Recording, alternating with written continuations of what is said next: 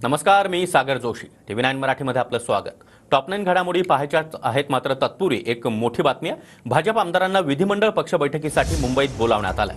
भाजपच्या आमदारांच्या बैठकीमध्ये गटनेता निवडला जाणार आहे. सुधीर मुनगंटीवार, बंटी भांगडिया, किशोर जोरगेवार मुंबईत दाखल झाले, तर आमदार करण देवतळे मुंबईकडे रवाना झालेत.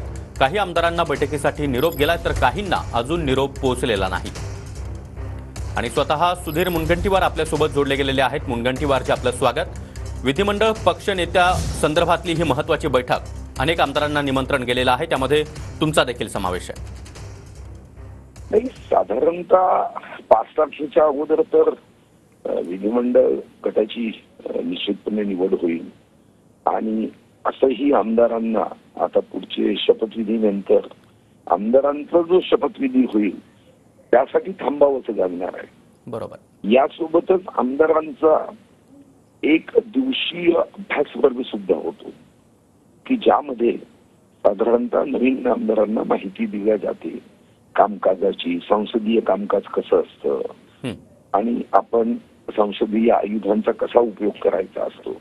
आणि म्हणून आता आमदारांना निमंत्रण देणं आणि पुढची प्रोसेस सुरू झाली आहे. बरं. नाही, मात्र मुनगंटीवारजी, या बैठकीमध्ये विधिमंडळ पक्ष नेता निवडला जाणार का? नक्कीच. आणि ते कोण असणार? निरीक्षक येतील, केंद्राकडून निरीक्षक येतील आणि विधिमंडळ पक्षनेता जो भारतीय जनता पार्टीचा तर पक्षनेता असेलच, पण विधिमंडळाचा जो नेता आहे त्याला 2 पक्षाचा पाठिंबा असेल आणि भारतीय जनता पार्टीचा नेता असेल. बरं.